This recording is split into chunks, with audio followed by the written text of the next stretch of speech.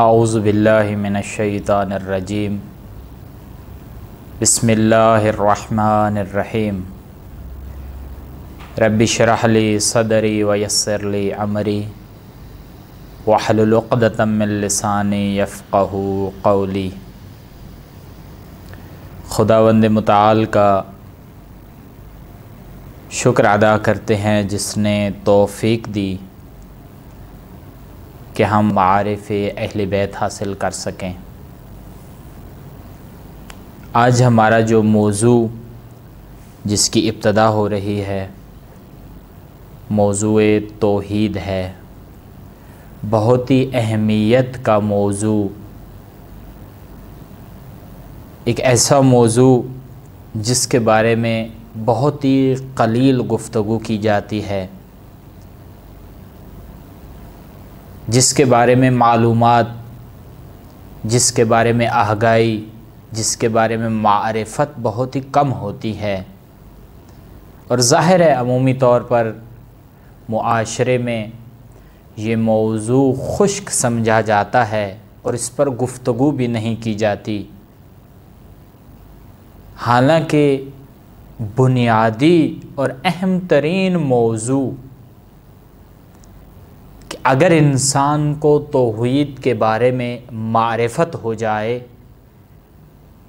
توحید کے بارے میں آگاہی ہو جائے، تو اس کی دین کی بنیاد بن جاتی ہے، اس کو دین سمجھ آنا شروع ہو جاتا ہے۔ لیکن اگر انسان توحید سے دور ہے، یقیناً اس کی جڑ مضبوط نہیں ہے، وہ کھوکھلا انسان بن جاتا ہے۔ توحید بہت ہی اہم موضوع ہے۔ انبیاء خدا کی طرف سے جو پہلا پیغام لے کر آئے وہ توحید کا پیغام تھا۔ رسول اللہ صلی اللہ علیہ وآلہ وسلم معاشرے کے اندر جو اول پیغام لے کر آئے وہ توحید تھا۔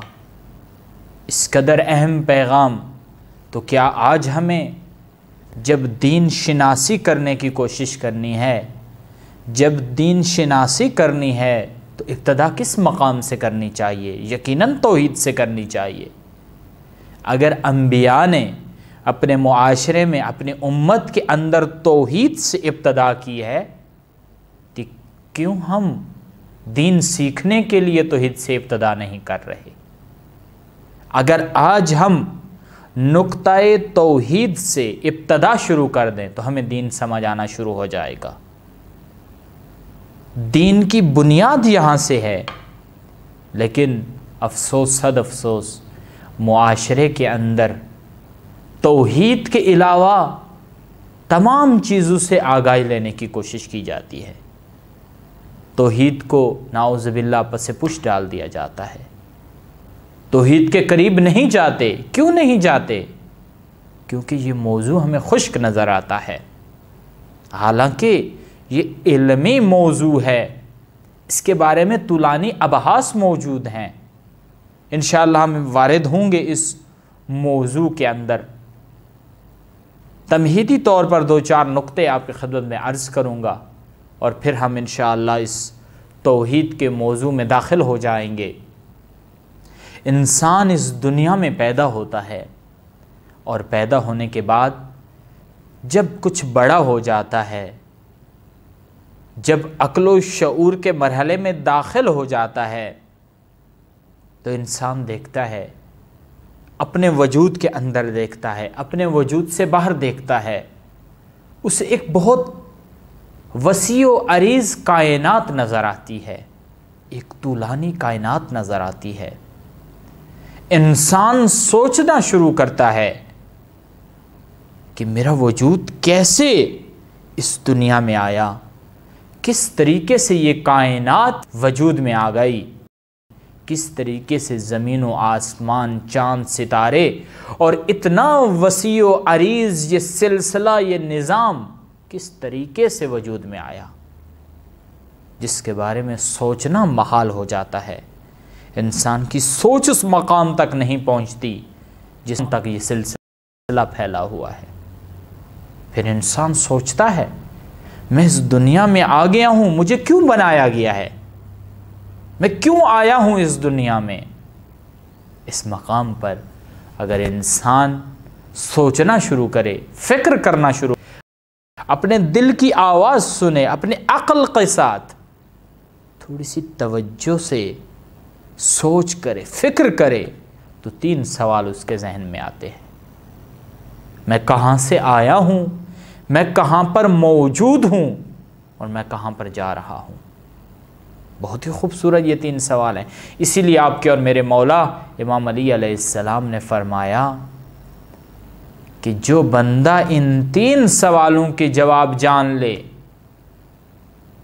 وہ دین شناس ہو جاتا ہے، اس کی فہم میں دین آ جاتا ہے، اور خدا رحم کرے اس شخص پر جو ان 3 سوالوں کے جواب جان لیتا ہے۔ میں کہاں سے آیا ہوں، میری ابتدا کیا ہے، اور اس وقت میں کہاں پر موجود ہوں، اور میں نے پھر کہاں چلے جانا ہے۔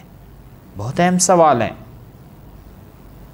کتنے لوگ ہیں جو ان سوالوں کے جواب جانتے ہیں کہ انسان کی ابتدا کہاں سے ہوئی ہے، اس وقت انسان کہاں پر موجود ہے، اور پھر اس انسان نے کہاں پر چلے جانا ہے۔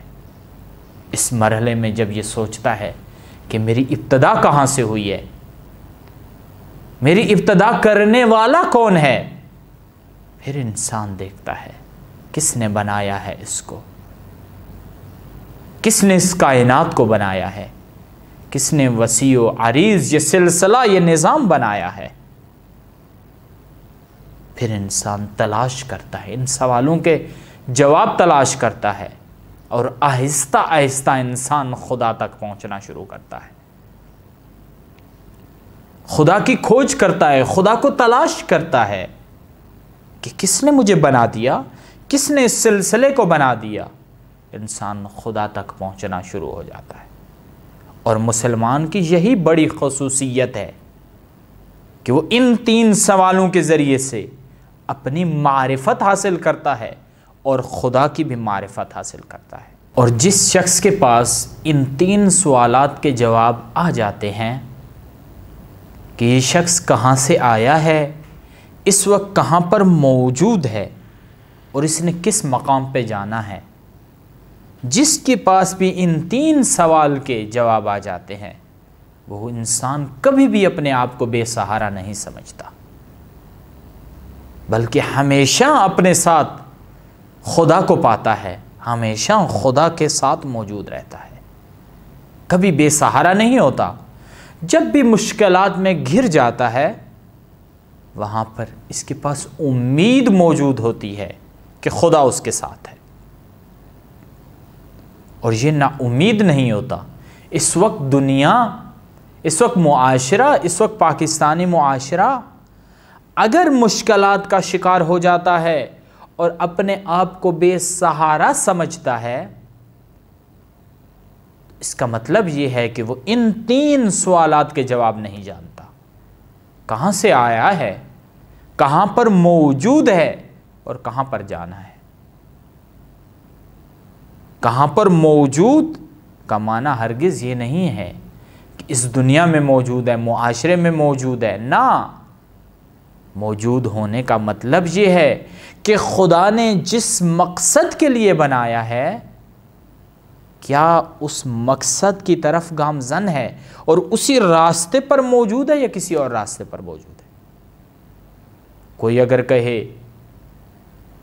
کہ میں ایک ماں اور ایک باپ کے ذریعے سے پیدا ہوا ہوں، یہ میری ابتدا ہے، اور میں اس دنیا میں موجود ہوں، یہ میں اس مقام پر موجود ہوں، اور اس کے بعد میں نے قبر میں چلے جانا ہے، کیا یہی جواب ہے ان سوالات کے؟ نہ۔ اگر انسان ان سوالات کے جواب جان لے، معرفت دین حاصل ہو جاتی ہے، معرفت الہی حاصل ہو جاتی ہے۔ بس آج ہمارا معاشرہ مشکلات میں اپنے آپ کو بے سہارا پا رہا ہے، اپنے آپ کو تنہا پا رہا ہے۔ کیوں؟ کیونکہ ان سوالات سے دور ہو چکا ہے، معرفت دین سے دور ہو چکا ہے، معرفت الہی سے دور ہو چکا ہے۔ انسان ان 3 سوالات کے ذریعے سے خدا کو پالے گا، خدا کی شناخت حاصل کر لے گا، خدا کو تلاش کر لے گا، اور یہ بہت ضروری امر ہے۔ انسان اس دنیا میں آ جاتا ہے، جب نظام دیکھتا ہے اس دنیا کا تو پھر سوچتا ہے واقعاً کوئی ہستی ہے جو اس دنیا کو بنانے والی ہے، واقعاً کوئی ہستی ہے جو اس دنیا کو چلا رہی ہے، واقعاً کوئی سبب ہے جو ان تمام اسباب کا مسبب ہے، جن کے ذریعے سے یہ سب کچھ وجود میں آیا، خود بخود نہیں وجود میں آیا۔ جس طریقے سے سائنس کہتی ہے کہ بگ بینگ تھیوری کے ذریعے یہ سب کچھ وجود میں آ گیا، یہ زمین، یہ سورج، یہ چاند ستارے، یہ باقی سیارے، یہ سب کچھ بگ بینگ تھیوری کے ذریعے سے وجود میں آ گئی۔ نہ، یہ بھول ہے، سائنس کامل نہیں ہے، بلکہ یہ سب کچھ وجود میں آنا دلالت ہے کہ کوئی ہے ایک ہستی جو اس سب کو بنانے والی ہے، سب کچھ کو بنانے والی ہے، اور وہی خدا ہے۔ اسی کو کہتے ہیں دلیل نظم، آرگومنٹ آرڈر، دلیل نظم۔ نظم کی دلیل ہمارے پاس موجود ہے، سب کچھ چل رہا ہے۔ کیوں چل رہا ہے؟ کوئی چلانے والا ہے۔ گاڑی کو چلانے والا کوئی موجود ہوتا ہے تو یہ گاڑی چل رہی ہوتی ہے۔ اسی طریقے سے کوئی بھی امر انجام دینا ہے تو اس امر کو کرنے والا ہوتا ہے۔ کوئی اگر کام وجود میں آتا ہے تو اس کام کو کرنے والا کوئی موجود ہوتا ہے۔ کائنات میں سب چیزیں ایک نظم کے مطابق چل رہی ہیں، کسی چیز میں بے نظمی نہیں ہے، سب کچھ نظم کے مطابق ہے۔ کیوں ہے یہ نظم کے مطابق؟ کیونکہ ایک ہستی ہے جو اس سب کو نظم دے رہی ہے، اور وہ خداوند متعال ہے۔ یہی دلیل ہے، دلیل نظم، خدا کے وجود پر، کہ خدا موجود ہے۔ کیوں موجود ہے؟ کیسے پتہ چلا خدا موجود ہے؟ دلیل نظم، آرگومنٹ آرڈر، یعنی سب کچھ ایک طریقے کے ساتھ چل رہا ہے، یہ سب کچھ ایک دلیل اور نظم کے ساتھ چل رہا ہے، اور اس سب کچھ کو چلانے والی کوئی ذات ہے، کوئی ہستی ہے، اور اسی کو ہم کہتے ہیں خدا وحدہ لا شریک ہے۔ اللہم صلی علی محمد وآل محمد۔ رب اشرح لی صدری ویسر لی امری واحلل عقدۃ من لسانی یفقہوا قولی۔ اللہم صلی علی محمد وآل محمد۔ السلام علیکم ورحمۃ اللہ وبرکاتہ۔ تمام دوستان کو، تمام عزیزان کو مطلع الفجر تعلیمی، تربیتی و فکری کارگاہ کے اندر خوش آمدید عرض کرتے ہیں۔ اس کارگاہ کے اندر جو موضوع آپ کے سامنے بندہ حقیر بیان کرے گا وہ احکام ہے، اور احکام کے اندر جو ہمارے زندگی کے اندر مبتلا احکام ہوں گے، زیادہ کوشش کی جائے گی کہ اس مختصر عرصے کے اندر ان احکام کو آپ کے سامنے بیان کیا جائے اور ان کے مطابق ہی آپ کے سامنے وضاحت پیش کی جائے۔ سب سے پہلی چیز جو ضروری ہے وہ ہمارے لیے سب سے مین جو ٹاپک ہے وہ یہ ہے کہ اصل ہم اس منبع کو سمجھنے کی کوشش کریں۔ جب خداوند متعال نے انسان کو پیدا کیا ہے، خلق کیا ہے، انسان کی پیدائش کے بعد، خلقت کے بعد، اب انسان کے اوپر خداوند متعال نے رسول اکرم صلی اللہ علیہ وآلہ وسلم کو آخری نبی بنا کر جب بھیجا اور رسالت کا اختتام کیا، رسول اکرم کے ذریعے سے تمام مسلمانوں کے لیے احکامات کو وضع کیا، قوانین کو وضع کیا، اور رسول اکرم نے وہ قوانین لوگوں تک پہنچائے ہیں۔ اب جو قوانین لوگوں تک پہنچائے ہیں ان کے اندر مختلف اقسام آتی ہیں، مختلف تقسیم آتی ہیں، اور اس تقسیم کے اندر جو پہلی تقسیم ہے وہ ہے اصول دین۔ اصول دین یعنی دین کی بنیادیں جن چیزوں پر قائم ہیں، توحید، عدل، نبوت، امامت اور قیامت، یہ 5 چیزیں اصول دین کی حیثیت رکھتی ہیں، اور ان کے بارے میں ہمارا اعتقاد، ہمارا عقیدہ درست ہونا ہمارے مسلمان ہونے کے لیے ضروری ہے۔ اگر ہمارا توحید کے بارے میں درست عقیدہ ہے تو ہم اپنے آپ کو مسلمان کہلا سکتے ہیں۔ اگر ہمارا نبوت ہو، اس کے بعد عدالت کے بارے میں، اس کے بعد امامت کے بارے میں اور قیامت کے بارے میں اگر ہمارا عقیدہ موجود ہے درست، تو ہم مسلمان کہلائیں گے۔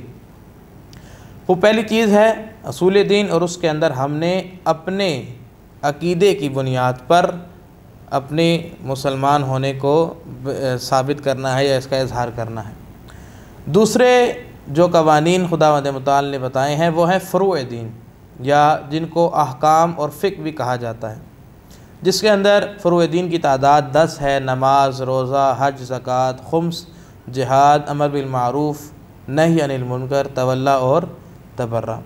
یہ وہ 10 چیزیں ہیں کہ جو خداوند متعال نے انسان کے لیے یہ فرق کی حیثیت رکھتی ہیں۔ دین کے اندر ان کی حیثیت شاخوں کی ہے، یعنی ان کے ذریعے سے ایک پودا جو ہے وہ ایک خوبصورت درخت بن سکتا ہے۔ اگر ان قوانین کے مطابق عمل کیا جائے، ان کے مطابق جو ہے وہ اپنی زندگی گزاری جائے، تو ایک خوبصورت پھلدار پودا، ایک درخت ہمارے سامنے نکل سکتا ہے۔ اور تیسرا جو عنوان ہے وہ ہے اخلاق، کہ اگر عقیدہ بھی درست ہو اور احکامات پر عمل بھی کیا جا رہا ہو لیکن اس کے اندر اخلاق موجود نہ ہو، تو پھر وہ احکامات اپنی اعلی منزلت تک، اعلی مرتبے تک نہیں پہنچ سکتے۔ اس لیے جو تیسری چیز موجود ہے وہ اخلاق موجود ہے۔ اب ان تینوں میں سے جو ہمارا احکام کے اندر، فقہ کے اندر جو ہمارا موضوع گفتگو ہوگا وہ ہم نے کیسے جاننا ہے؟ وہ ہم نے اس طرح جاننا ہے کہ جو پہلا ہے اصول دین، اس کے اندر ہم نے اپنے ذاتی عقیدے کے مطابق عمل کرنا ہے، کہ ہمارا توحید کے بارے میں کیا عقیدہ ہے، ہمارا عدالت کے بارے میں کیا عقیدہ ہے، ہمارا نبوت کے بارے میں کیا عقیدہ ہے، ہمارا امامت کے بارے میں کیا عقیدہ ہے، اور ہمارا قیامت کے بارے میں کیا عقیدہ ہے۔ اور جو مسائل اخلاق کے ساتھ منسلک ہیں، جو مسائل اخلاق کے موضوع کے اندر، گفتگو کے اندر بیان کیے جاتے ہیں، وہ مسائل بھی اسی طرح ہیں کہ اس کے اندر اوپر ہمارا جو ہے وہ اس عنوان سے ہم نے ان کے اوپر عمل کرنا ہے کہ ان کے ذریعے سے ہم اپنی زندگی کو بہتر اور مزین کر سکتے ہیں۔ اور ایک جو درمیان والی چیز رہ گئی وہ تھا احکام، فقہ۔ اس کے اندر ہم نے کس کی طرف رجوع کرنا ہے، کیا ہمارا طریقہ کار ہونا چاہیے، کیسے ہمیں ان قوانین کا علم ہو جن کو احکامات کہا جاتا ہے، جن کو فقہ کہا جاتا ہے۔ تو اس کا طریقہ کار بتایا کہ رسول اکرم صلی اللہ علیہ وآلہ وسلم نے جب ہمارے اس امت کے لیے، مسلمانوں کے لیے یہ احکامات بیان فرمائے، اور اپنے اس دنیا سے جانے کے بعد اپنے بعد کے وصیین کو، اپنے نائبین کو یہ حکم صادر کیا کہ اپنے اس امت کے اندر، اس رسول اکرم کی امت کے اندر ان احکامات کو بیان کیا جائے، ائمہ اطہار۔ اور جب وہ سلسلہ ائمہ اطہار ہمارے 12ویں امام پر آ کر حضور امام کے زمانے سے نکل کر غیبت امام کے زمانے میں منتقل ہو جاتا ہے، لیکن غیبت امام کے زمانے میں بھی امت امام تو موجود ہے، تو اس امت کو ان احکامات تک کون پہنچائے گا، اس امت کو وہ احکامات کون بتائے گا؟ اس کے لیے جو چیز ضروری ہے اور جس چیز کی طرف توجہ دلائی گئی ہے وہ یہ ہے کہ اب اس امت نے جب ان احکامات کو عمل کرنا ہے تو اس کے 3 راستے اس کے سامنے رکھے گئے ہیں۔ پہلا راستہ، میں گزارش کروں گا آپ لوگوں سے کہ آپ اس کو اپنی کاپیوں پر بھی نوٹ کریں تاکہ آپ کو یہ چیزیں بعد میں بھی کام آئیں۔ پہلا راستہ ہے اجتہاد کا، کہ ایک شخص ائمہ اطہار کی احادیث، ائمہ اطہار کی روایات، قرآن کریم کی آیات اور مختلف علوم پڑھ کر اس قابل ہو جائے کہ وہ قرآن کریم سے اور روایات ائمہ معصومین سے اپنے لیے حکم نکال سکیں۔ یعنی اس نے نماز پڑھنی ہے تو کیسے پڑھنی ہے، یہ حکم وہ قرآن کریم کی آیت سے اور ائمہ معصومین کے فرامین سے اخذ کر سکے۔ اس کمال کو، اس مرتبے پر جو شخص فائز ہو جائے وہ کہلاتا ہے کہ یہ شخص درجہ اجتہاد پر فائز۔ اور یہ ایک علمی مقام ہے، علمی مرتبہ ہے کہ جس کے اندر ایک تعداد لوگوں کی اس تک پہنچ جاتی ہے۔ اور اس کے بعد دوسرا ذریعہ، دوسرا طریقہ کار ان احکامات کو جاننے کا کیا ہے کہ اگر آپ درجہ اجتہاد تک نہیں پہنچ سکے، درجہ اجتہاد تک آپ کی رسائی ممکن نہیں، آپ کی علمیت اتنی نہیں، آپ نے اتنا زیادہ پڑھا نہیں ہے، تو پھر جو حکم دیا گیا ہے وہ یہ ہے کہ آپ نے کسی ایسے کی طرف رجوع کرنا ہے کہ جو درجہ اجتہاد پر موجود ہو، یعنی آپ نے ایک صاحب علم کی طرف رجوع کرنا ہے تاکہ وہ آپ کو اس معاملات کے اندر، ان چیزوں کے اندر علم دے، آپ کو یہ احکامات بیان کرے۔ اور اس کو کہا جاتا ہے، یہ ہے مقام تقلید، کہ آپ نے کسی مجتہد کی تقلید کرنی ہے، کسی مجتہد کے فتویٰ کے مطابق عمل کر کے اپنی زندگی جو ہے وہ آپ نے اس کے فتویٰ کے مطابق گزارنی ہے۔ اور تیسرا کام اس احکامات کے جاننے کا وہ یہ طریقہ کار ہے کہ اگر ایک شخص نہ مجتہد ہے اور نہ وہ تقلید کرتا ہے تو وہ احتیاط پر عمل کر سکتا ہے۔ احتیاط پر عمل کرنے والا شخص وہ شخص ہے کہ جو فقط اپنے لیے اتنی زیادہ علمیت نہیں رکھتا کہ مجتہد بن جائے، اور اتنا کم علم بھی نہیں ہے کہ اس کو کسی اور کی ضرورت پڑے، بلکہ وہ خود اپنی جستجو سے، کوشش سے فقط اپنے لیے اس حکم کو کچھ حد تک جان کے سمجھ کے اس پر عمل کر سکتا ہے۔ اب اس کی مثال آپ کے سامنے میں ایک دے دوں کہ بالفرض نماز کے بارے میں ہمیں شک ہو گیا کہ نماز میں اگر ہم تیسری رکعت میں بالفرض ظہر کی نماز پڑھ رہے ہیں اور تیسری رکعت میں ہیں، اور ہمیں شک ہو جاتا ہے کہ ہماری تیسری رکعت ہے یا چوتھی رکعت ہے، اب تو ہمیں کیا کرنا چاہیے؟ اب مجتہد ہوگا تو وہ فوراً اس کے علم میں ہوگا، اس کو پتہ ہوگا، وہ جان چکا ہے پہلے اس بات کو کہ ائمہ معصومین کا اس کے بارے میں کیا فرمان ہے۔ اور جو شخص احتیاط پر عمل کر رہا ہے وہ کیا کرے گا؟ وہ اس نماز کو بھی پورا کرے گا اور احتیاطاً ایک نماز اور بھی پڑھے گا، کیونکہ وہ احتیاط پر عمل کر رہا ہے، وہ اپنے لیے اس مشقت کو جو ہے وہ برداشت کرے گا۔ لیکن ایک شخص جو مجتہد بھی نہیں ہے، احتیاط پر بھی عمل نہیں کر رہا، وہ شخص کیا کرے گا؟ اس مسئلے کے اندر اپنے مجتہد کی طرف رجوع کرے گا کہ میرے مجتہد نے اس مسئلے کے اندر کیا حکم بیان کیا۔ اگر اس نے یہ کہا ہے کہ تیسری اور چوتھی رکعت میں اگر شک ہو جائے تو چوتھی رکعت پر بنا کر رکھ کے نماز کو مکمل کیا جائے اور ایک رکعت اضافی پڑھی جائے بعد میں، تو وہ کام کرے گا۔ اور اگر اس نے کہا ہے کہ نہیں اس طرح نہیں، کسی اور طریقے سے کام کرنا ہے، تو وہ کام پھر یہ شخص انجام دے گا۔ پس جو اہم اور بنیادی چیز ہے وہ یہ کہ اگر آپ مجتہد بھی نہیں ہیں اور اگر آپ احتیاط پر بھی عمل نہیں کرتے، تو جو تیسری چیز واجب اور ضروری ہے وہ ہے تقلید۔ اور تقلید کے بغیر انسان کا کوئی بھی عمل قابل قبول نہیں ہے۔ اگر وہ شخص چاہتا ہے کہ اس کی نمازیں، اس کے روزے، اس کے حج، اس کی زکوٰۃ، اس کا خمس، یہ تمام عبادات و معاملات اس کے قبول ہوں خداوند متعال کی بارگاہ میں، تو اس کا طریقہ یہ ہے کہ وہ کسی عالم مجتہد کی تقلید کرے۔ اور اگر وہ کسی عالم مجتہد کی تقلید نہیں کرتا اور اس اجتہاد کا انکار کرتا ہے اور تقلید پر عمل نہیں کرتا، تو اس کے جتنے اعمال ہوں گے وہ ضائع ہو جائیں گے، وہ اعمال اس کے کسی بھی کام میں نہیں آئیں گے۔ خوب یہ مسئلہ آپ کے سامنے بیان کیا۔ انشاءاللہ اگلے درسوں کے اندر ہم موضوع کو مزید کھولیں گے کہ اس تقلید کے، جب ہم نے تقلید کرنی ہے تو پھر مجتہد کی شرائط کیا ہونی چاہیے، ہم نے اس سے فتویٰ کیسے لینا ہے، اس کا طریقہ کار کیا ہونا چاہیے۔ تو آہستہ آہستہ اس موضوع کو ہم آگے چلائیں گے۔ آخر میں یہ بات آپ کے سامنے بیان کرتا چلوں کہ جو شخص مجتہد ہے اور اس کی آپ نے تقلید کرنی ہے، اس کے فتویٰ پہ آپ نے عمل کرنا ہے، تو دور حاضر میں جو سب سے عالم مجتہد مرجع ہمارے سامنے موجود ہیں وہ رہبر معظم سید علی خامنائی ہیں، کہ جو اس وقت عبادات و معاملات کے اندر دونوں حیثیت سے دنیا کے اندر عالم حیثیت رکھتے ہیں۔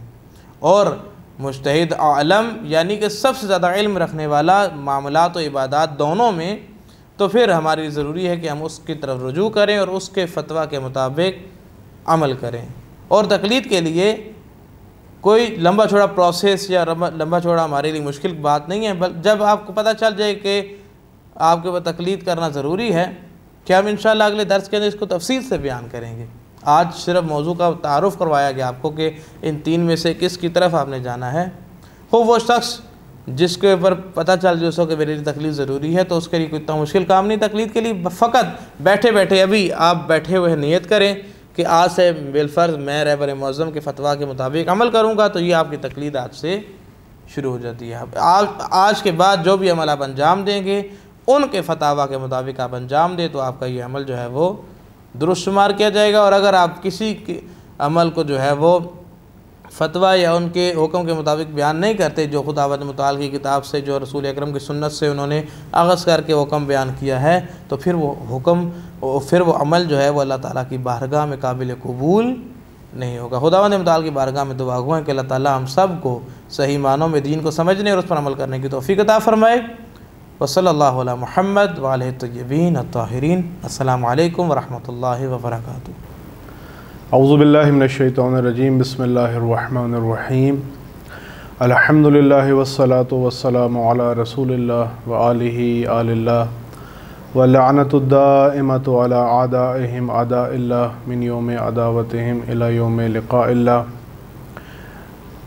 تمام شرکائے کارگاہ خصوصاً جوانان عزیز کو درس شناخت قرآن میں خوش آمدید عرض کرتے ہیں، اور پروردگار عالم کی بارگاہ میں شکر گزار ہیں کہ جس کی توفیق سے ایک مرتبہ پھر آپ جوانان کے ساتھ اس مکالمے اور اس درس و تدریس کا موقع ملا۔ عزیزان محترم، جہاں آپ دیگر بہت سارے موضوعات اس وقت سن رہے ہیں اور استفادہ کر رہے ہیں، ان تمام موضوعات میں ایک بنیادی اور اہم ترین موضوع جس سے آشنائی اور جس سے انس بہت ضروری اور اہم ہے وہ قرآن کریم ہے۔ لیکن چند گزارشات میں، چونکہ آج ہماری پہلی نشست ہے اور پہلا درس ہے، میں آپ کے سامنے رکھوں گا، اور آپ سے یہ توقع ہوگی کہ آپ ان تمام اصول و ضوابط اور ان شرائط کا خیال رکھیں گے۔ اگرچہ ہم ایک دوسرے کے سامنے موجود تو نہیں ہیں اور اس اسکرین کے پردے کے پیچھے آپ مجھے سن رہے ہیں، اور دیگر بھی جو دروس اور جو علماء آپ کی خدمت میں بیانات فرما رہے ہیں ان سب کو آپ سن رہے ہیں، لیکن اس کے باوجود اس بات کو مد نظر رکھیں کہ ان اصول اور ضوابط اور ان رولز کو ماننا اور ان کی پابندی کرنا ضروری ہے جو ایک کلاس روم کے اندر جن کو ماننا چاہیے، کیونکہ اس سے آپ کے پڑھنے اور علم حاصل کرنے کے عمل میں آسانی پیدا ہوتی ہے اور اس کے اندر مزید نکھار پیدا ہوتا ہے۔ سب سے پہلی چیز تو یہ کہ آپ نے خیال رکھنا ہے کہ آپ اس وقت جو درس میں موجود ہیں، اور آج ہماری پہلی کلاس ہے اور انشاءاللہ چند دن تک ہماری یہ کلاسز اور یہ دروس جاری رہیں گے، تو جیسے ایک کلاس میں، ایک اسکول میں، کالج میں، یونیورسٹی میں، جہاں بھی آپ پڑھتے ہیں، مدرسے میں آپ پڑھتے ہیں، آپ کے پاس حتماً ایک نوٹ بک ہونا ضروری ہے، ایک کاپی آپ کے پاس ہو، کچھ نوٹس ہوں جس کے اوپر آپ اہم نکات اور پوائنٹس ضرور لکھیں جو اس درس کے اندر آپ کی خدمت میں بیان کیے جائیں گے، کیونکہ انہی پوائنٹس اور انہی نکات کے پیش نظر آپ سے امتحان بھی لیا جائے گا، اور اسی امتحان کی بنیاد پر آپ کا رزلٹ بھی مرتب کیا جائے گا۔ تو میں امید کرتا ہوں کہ آپ سب سے پہلے اس چیز کا خیال رکھیں گے، وہ یہ کہ آپ کے پاس ایک پینسل اور کاپی لازمی ہونی چاہیے، نوٹ بک ہو یا نوٹس ہوں، یا اگر آپ کے پاس لیپ ٹاپ ہے، کوئی بھی ایسی چیز جہاں پر آپ یہ پوائنٹس نوٹ کر سکیں، وہ آپ کے پاس ہر صورت میں ہونی چاہیے۔ دوسری چیز کا آپ نے یہ خیال رکھنا ہے کہ جب آپ یہ دروس پڑھ رہے ہوں، کارگاہ اٹینڈ کر رہے ہوں، اگر آپ موبائل پر سن رہے ہیں دروس یا لیپ ٹاپ پر ہیں یا کسی بھی اور ڈیوائس کے اوپر ہیں، کوشش کریں کہ چونکہ مختصر ہیں، یہ زیادہ طولانی دروس نہیں ہیں، آپ کو پورے دن میں سے چند گھنٹے ہی دینے ہیں، مشکل سے 2 گھنٹے آپ کے صرف ہونے ہیں۔ خیال رکھیں کہ ان دروس کے دوران کوئی خلل نہ ہو، آپ کوئی کال ریسیو نہ کریں، کوئی میسج کا رپلائی نہ کریں، کوئی واٹس ایپ کے اوپر کسی کو رپلائی نہ کریں۔ 15-20 منٹ کے لیے جب آپ ایک درس اور کلاس سن رہے ہیں تو پوری توجہ سے اس درس یا کلاس کے اندر جو باتیں کی جا رہی ہیں ان کو غور سے آپ سنیں، اور آپ کی توجہ کسی اور طرف نہ جائے۔ وہ چیزیں جو آپ کی توجہ ہٹا دیتی ہیں ان سے دور ہو کر بیٹھیں۔ اب ایسا نہیں کہ آپ کہیں جی میں نے تو ہینڈ فری لگا لی ہیں اور مجھے کسی اور کی آواز نہیں آ رہی، اور آپ ٹی وی کے سامنے بیٹھ کے جب گھر والے آپ کے مثلاً ٹی وی دیکھ رہے ہیں، والد صاحب آپ کی خبریں سن رہے ہیں، تو آپ وہیں پر بیٹھ کے یہ درس سننا شروع کر دیں، ایک نظر آپ کی جو ہے وہ درس پر ہو اور ایک نظر آپ کی جو ہے وہ ٹی وی پر ہو، پھر نہ قرآن کی بات آپ کو سمجھ میں آئے گی، نہ آپ کو خبریں سمجھ میں آئیں گی۔ لہٰذا یہ اس چیز کا خیال آپ نے رکھنا ہے۔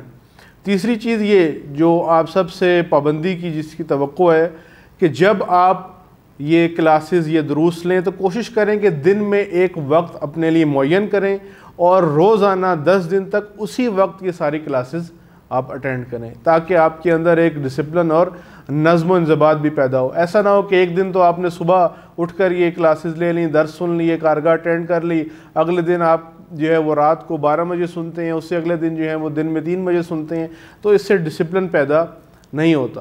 لہٰذا اس ڈسپلن کا آپ نے خود خیال رکھنا ہے۔ اور چوتھی اور آخری بات جو اس درس کے لیے خصوصی طور پر ہے وہ یہ کہ چونکہ ہم اس درس میں قرآن کے ساتھ انس پیدا کریں گے، قرآن کے بارے میں چند باتیں کریں گے، قرآن سے جو ہے وہ ہدایت لینے کی کوشش کریں گے، تو اس درس میں خصوصاً آپ کے پاس قرآن کریم آپ کے ہاتھوں میں ہونا چاہیے۔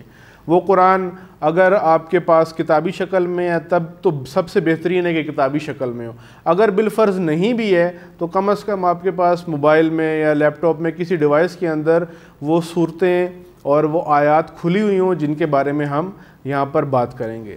تو آج کی ہم بات شروع کرتے ہیں۔ سب سے پہلے ہم قرآن کی آیت سورہ فرقان کی آیت نمبر 30 سے اپنی بات شروع کرتے ہیں، جس میں اللہ تعالیٰ نے رسول اللہ صلی اللہ علیہ وآلہ وسلم کا ایک شکوہ اور ایک شکایت بیان کی جو رسول اللہ امت کے بارے میں اللہ کے سامنے قیامت کے دن پیش کریں گے۔ وہ کیا شکایت ہے؟ سورہ فرقان آیت نمبر 30۔ آپ نے قرآن کھولنا ہے، اس وقت آپ کے ہاتھوں میں قرآن ہوگا یقیناً، اگر نہیں ہے تو جا کر لے آئیں، اپنے کسی بہن بھائی سے کسی بڑے سے منگوا لیں اور سورہ فرقان کھولیں اور سورہ فرقان کی آیت نمبر 30 کھولیں، جس کے اندر اللہ تعالیٰ یہ فرما رہا ہے وقال الرسول یا ربی ان قوم اتخذوا ھذا القرآن مہجورا۔ اللہ یہ فرما رہا ہے کہ رسول اللہ صلی اللہ علیہ وآلہ وسلم قیامت کے دن روز محشر جب تمام لوگ، تمام انسان اللہ کی بارگاہ میں حاضر ہوں گے اپنے حساب اور کتاب کے لیے، اب آپ تصور کریں کہ ایک بہت بڑا میدان ہے، ایک بہت بڑا اسٹیڈیم ہے، اور اس کے اندر جو ہے وہ سب، یہ میں صرف سمجھانے کے لیے آپ کے سامنے عرض کر رہا ہوں، ایسا نہیں ہے کہ ایسا ہی ہوگا، یہ صرف سمجھانے کے لیے عرض کر رہا ہوں۔ سب لوگ جمع ہیں، سب مسلمان جمع ہیں، پہلے سے لے کر آخری مسلمان تک سب مسلمان موجود ہیں، قیامت تک آنے والے سارے مسلمین موجود ہیں، جن میں قرآن کے حافظ بھی ہوں گے، جن میں قرآن پڑھانے والے بھی ہوں گے، جن کے اندر قرآن کو چھاپنے والے بھی ہوں گے، جن کے اندر قرآن سینٹر کے انچارج بھی ہوں گے، ٹیچر بھی ہوں گے، جو بچے اندر پڑھتے ہیں وہ بھی ہوں گے، سب ہوں گے۔ اور وہاں رسول اللہ کیا فرمائیں گے؟ قرآن کی یہ آیت بیان کرتی ہے کہ اے میرے رب، میری قوم نے یعنی میری امت نے اس قرآن کو مہجور کر دیا۔ مہجور کا مطلب ہوتا ہے چھوڑ دینا، مہجور کا مطلب ہوتا ہے ایسے چھوڑ دینا کہ دوبارہ پکڑنے اور دوبارہ لینے کی توقع ہی نہ ہو۔ بالکل کسی چیز کو آپ جب چھوڑ دیتے ہیں، مثلا آپ مہجور کا لفظ نکلا ہجرت سے، جب آپ ہجرت کرتے ہیں، مائگریٹ کرتے ہیں، ایک جگہ سے دوسری جگہ جاتے ہیں، تو آپ دوبارہ اس مثلا ایک گھر آپ چھوڑتے ہیں، فروخت کرتے ہیں، تو دوبارہ اس گھر یا اس محلے میں آپ کی جانے کی نیت اور ارادہ نہیں ہوتا، آپ کہتے ہیں اس سے بہتر گھر میں ہم جاتے ہیں۔ مہجور کرنے کا مطلب یہی ہوتا ہے کہ آپ کسی چیز کو ایسے چھوڑ دیں کہ دوبارہ اس کو اپنانے اور لینے کی آپ کے اندر امید اور توقع نہ ہو۔ تو رسول اللہ کیا فرما رہے ہیں کہ اے میرے رب، میری قوم نے اس قرآن کو مہجور کر دیا۔ اب یہ تو بڑی حیرت والی بات ہے، یقیناً آپ توجہ کر رہے ہوں گے، بڑی حیرت والی بات ہے۔ وہ اس طرح کہ یا رسول اللہ، قرآن سب سے زیادہ چھپتا ہے، قرآن سب سے زیادہ پڑھا جاتا ہے، سب کے گھروں میں قرآن موجود ہے، قرآن کے لاکھوں حافظ دنیا میں موجود ہیں، کوئی بھی کتاب ایسی نہیں ہے جس کو یاد کرتے ہیں لوگ، قرآن کو یاد کرتے ہیں۔ دنیا میں سب سے زیادہ جو کتاب چھپتی ہے، پرنٹ ہوتی ہے، وہ قرآن ہے۔ سب سے زیادہ جس کتاب کے سینٹر بنے ہوئے ہیں، ریسرچ سینٹر یا تعلیمی سینٹر، وہ قرآن کے ہیں۔ سب سے زیادہ تحفوں میں جو کتاب دی جاتی ہے وہ قرآن ہے۔ تو آخر رسول اللہ یہ شکایت کیوں کریں گے؟ جب اتنا زیادہ اس کتاب کو اپنایا جاتا ہے، پڑھا جاتا ہے، مقابلے ہوتے ہیں، تلاوت کی جاتی ہے، تو اس کے ماہ رمضان میں اتنا قرآن پڑھا جاتا ہے، تو اس کے باوجود رسول اللہ شکایت کیوں کریں گے؟ رسول اللہ شکایت اس لیے کریں گے کیونکہ ہم نے قرآن سے ہدایت نہیں لی، ہم نے قرآن کی طرف توجہ نہیں کی۔ قرآن ہے کتاب ہدایت، یہ آپ نوٹ کریں بات، قرآن ہدایت کی کتاب ہے، یہ آپ کے پاس آپ کی کاپیوں میں لکھا ہونا چاہیے، بلکہ آپ کو اس کا ایک فلیکس بنا کر یا چارٹ بنا کر اپنی الماری پر یا اپنی کتاب پر یا اپنے گھر کے دروازے پر، اپنے کمرے کے دروازے پر لکھنا چاہیے کہ قرآن ہدایت کی کتاب ہے، تاکہ ہمیں معلوم ہو کہ قرآن صرف گھر میں رکھنا نہیں ہے کسی خوبصورت جگہ پر، قرآن صرف اس وقت نہیں پڑھنا جب خدا نخواستہ ہمارا کوئی عزیز رشتہ دار بزرگ دنیا سے چلا جائے تو اس کی قل خوانی کے لیے، فاتحہ خوانی کے لیے، قرآن خوانی کے لیے ہم نے قرآن صرف پڑھنا ہو، ایسا نہیں ہے، بلکہ قرآن ہدایت کی کتاب ہے جو ہم نے روز پڑھنی ہے۔ کم از کم یہ آپ کی عادت ہونی چاہیے کہ آپ نے کم از کم ایک پیج قرآن کا روزانہ پڑھیں، چاہے وہ آپ موبائل سے پڑھ لیں، آپ جہاں جس شکل میں بھی قرآن آپ کے پاس ہو، لیکن ایک صفحہ ضرور پڑھیں۔ کیوں؟ کیونکہ یہ کتاب ہدایت کی ہے، یہ ہماری تعلیم کے لیے، ہدایت کے لیے کتاب آئی ہے۔ قرآن ہدایت کی کتاب ہے اور مسلمانوں نے ہدایت اس طرح حاصل نہیں کی جو اس کا حق بنتا ہے، اسی لیے رسول اللہ یہ شکایت کر رہے ہیں۔ اور ہم کیوں یہاں پر اس کارگاہ میں آئے ہیں، میں کیوں یہاں پر بیٹھا ہوں اور آپ کیوں مجھے سن رہے ہیں؟ اس لیے تاکہ ہم یہ چاہتے ہیں کہ قیامت کے دن جو شکایت رسول اللہ کریں وہ ہم سے نہ کریں، ہمارا نام اس لسٹ میں نہ ہو، اس فہرست میں نہ ہو جس میں ان لوگوں کا نام ہے جنہوں نے قرآن کو چھوڑ دیا، بلکہ ہم ان لوگوں میں شامل ہوں جنہوں نے قرآن کو اپنا لیا۔ اور اسی مطلب کو سمجھنے کے لیے میں چند احادیث آپ کی خدمت میں اور کچھ قرآنی آیات پیش کرتا ہوں اور اس کے بعد پھر ہم آگے بڑھتے ہیں۔ سب سے پہلے میں نہج البلاغہ سے امیر المومنین حضرت علی ابن ابی طالب علیہ السلام کا خطبہ نمبر 176، یہ آپ نوٹ کر لیں، نہج البلاغہ خطبہ نمبر 176۔ امیر المومنین حضرت علی ابن ابی طالب علیہ السلام فرماتے ہیں اس خطبے کے اندر، آگاہ ہو جاؤ جس کے پاس قرآن کریم ہے اس کے پاس سب کچھ ہے، اور جس کے پاس قرآن نہیں اس کے پاس کچھ بھی نہیں۔ امیر المومنین کیا فرما رہے ہیں کہ یہ کیسے پرکھا اور دیکھا جائے گا کہ اس کے پاس سب کچھ ہے یا اس کے پاس سب کچھ نہیں ہے؟ وہ دیکھنے کا طریقہ یہ ہے کہ جس کے پاس قرآن ہے اس کے پاس سب کچھ ہے، اور جس کے پاس قرآن نہیں ہے اس کے پاس کچھ بھی نہیں۔ اب اس سے مراد یہ نہیں کہ جیب میں قرآن رکھا ہوا ہو، اب آپ کہیں جی میری تو جیب میں آغا سب قرآن رکھا ہوا تو میرے پاس سب کچھ ہے، اور جس کی جیب میں قرآن نہیں اس کے پاس کچھ نہیں ہے۔ اس سے مراد یہ کہ جس کے پاس ہدایت ہے، یعنی قرآن سے جس کا تعلق ہے، جو قرآن سے ہدایت لیتا ہے اس کے پاس سب کچھ، اور جو قرآن سے ہدایت نہیں لیتا اس کے پاس کچھ بھی نہیں ہے۔ امیر المومنین آگے فرماتے ہیں، پس ہر درد کی دوا خود قرآن کریم میں تلاش کریں اور مشکلات پر غلبہ پانے کے لیے قرآن سے مدد طلب کریں۔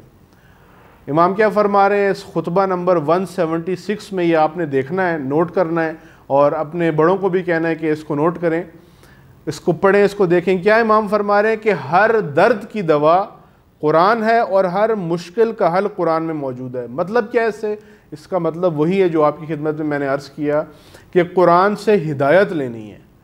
قرآن سے جب انسان ہدایت لیتا ہے تو قرآن، مثلا میں عرض کروں، ایک بیماری جو اس وقت موجود ہے وہ یہ کہ بچے اپنے والدین کا احترام نہیں کرتے۔ انشاءاللہ مجھے امید ہے کہ آپ ایسے نہیں ہوں گے جو اپنے والدین کا احترام نہ کرتے ہیں، ان کا کہنا نہ مانتے ہوں۔ میں ایسے عمومی طور پہ بات کر رہا ہوں، مجھے یقین ہے کہ آپ میں سے کوئی ایسی حرکت نہیں کرتا ہوگا۔ یہ ایک بیماری ہے۔ کیا بیماری ہے؟ والدین کی بے احترامی، والدین کے ساتھ بدتمیزی کرنا، والدین کا کہنا نہ ماننا، والدین کے احکامات کو رد کر دینا، والدین کی بات نہ ماننا، یہ ایک بیماری سمجھ لیں، ایک بیماری ہے۔ یہ جسمانی بیماری نہیں ہے، یہ روحانی بیماری ہے۔ اس بیماری کا علاج قرآن کے اندر ہے۔ وہ کیسے علاج؟ کس طرح علاج ہوگا؟ کیا آپ قرآن کو اپنے مثلا چوم لیں گے، سر پہ رکھ لیں گے تو بیماری ٹھیک ہو جائے گی؟ نہیں، قرآن کے اندر اس کی ہدایت موجود ہے۔ وہ کیا ہے کہ اپنے والدین کو اف تک نہ کہو، اپنے والدین کے اوپر احسان کرو، یہ دوا ہے اس کی، یعنی ہدایت ہے کہ والدین کے ساتھ تمہارا رابطہ کیسا ہونا چاہیے۔ اسی طرح جو بھی مشکل ہے، مثلا ایک اور مشکل میں عرض کروں، جیسے امام فرما رہے ہیں، ایک مشکل ہے اس وقت فرقہ واریت، مسلمان ایک دوسرے کے گریبان تک پہنچے ہوئے ہیں، ایک دوسرے کے ساتھ جنگ اور جدال والی حالت ہے۔ فرقہ واریت ایک آفت ہے، ایک فتنہ ہے مسلمانوں میں، یہ ایک مشکل ہے جس کا علاج، جس کا حل قرآن میں موجود ہے۔ وہ کیا ہے؟ قرآن کہتا ہے وَاعْتَصِمُوا بِحَبْلِ اللَّهِ جَمِيعًا، اللہ کی رسی کو مضبوطی سے تھام لو، یعنی اتحاد اور وحدت سے رہو تو یہ مشکل ختم ہو جائے گی۔ ہر دوا قرآن میں موجود ہے، ہر مشکل کا حل قرآن میں موجود ہے، لیکن ضرورت اس بات کی ہے کہ ہم اس کی طرف توجہ کریں۔ یہ تو ابتدائی طور پہ میں نے چند نکات عرض کیے، اور ایک نقطہ میں عرض کر دوں کہ یہ کارگاہ اور یہ مختصر دروس صرف آپ کی توجہ دلانے کے لیے، آپ کو ایک موضوع کی طرف لانے کے لیے۔ بعد میں ایسا نہیں کہ آپ کہیں جی میں نے تو 10 دن کی ورکشاپ اٹینڈ کر لی ہے آن لائن اور اب پورا سال میری چھٹی ہو گئی ہے۔ 10 دن اللہ کے، وہ بھی دن میں 2 گھنٹے، باقی 355 دن، باقی 355 ڈیز جو ہیں وہ میں اپنی مرضی سے گزاروں گا، ایسا نہیں ہے، بلکہ یہ توجہ دلائی جا رہی ہے۔ اب اس توجہ کی اور اس رہنمائی کے بلبوتے پر آپ نے اپنے باقی دنوں کو گزارنا ہے۔ ہم یہ کریں گے ان مختصر دنوں میں، جو چند دن میں آپ کے سامنے حاضر رہوں گا، کہ ہم قرآن کی کچھ صورتیں، چھوٹی چھوٹی صورتیں، ان کو یاد کریں گے، ان صورتوں کو ہم ان کا ترجمہ پڑھیں گے، ان صورتوں کے اندر جو اہم مطالب ہیں جس لیے وہ صورت نازل ہوئی ہے وہ ہم پڑھیں گے۔ ان چند دنوں میں ہم نے بس یہ کام کرنا ہے۔ کیا کام کرنا ہے؟ ایک صورت یاد کرنی ہے، دوسرا صورت کا ترجمہ پڑھنا ہے، اور تیسرا یہ کرنا ہے کہ اس صورت کے اندر جو اہم باتیں اور اہم مطالب پیش کیے گئے ہیں، جو اللہ نے ہماری ہدایت کے لیے ضروری باتیں اس کے اندر کی ہیں، وہ باتیں ہم نے یاد کرنی ہیں، ان باتوں کی طرف ہم نے توجہ کرنی ہے، اور وہ باتیں ہم نے ان پر عمل کرنے کی بھی کوشش کرنی ہے۔ آج جو صورت میں نے آپ کے سامنے پیش کرنی ہے، اور جس میں چند اہم باتیں آپ کو میں بتاؤں گا، اور ہم مل کے اس کو پڑھیں گے بھی، اور اس کا ترجمہ بھی پڑھیں گے، اور اس کے بعد اس کے اندر جو ضروری نکات ہیں وہ بھی میں آپ کے پاس آپ کو بیان کروں گا، اور آپ نے اس کو نوٹ بھی کرنا ہے، لکھنا بھی ہے اپنے پاس۔ وہ صورت ہے سورہ قدر۔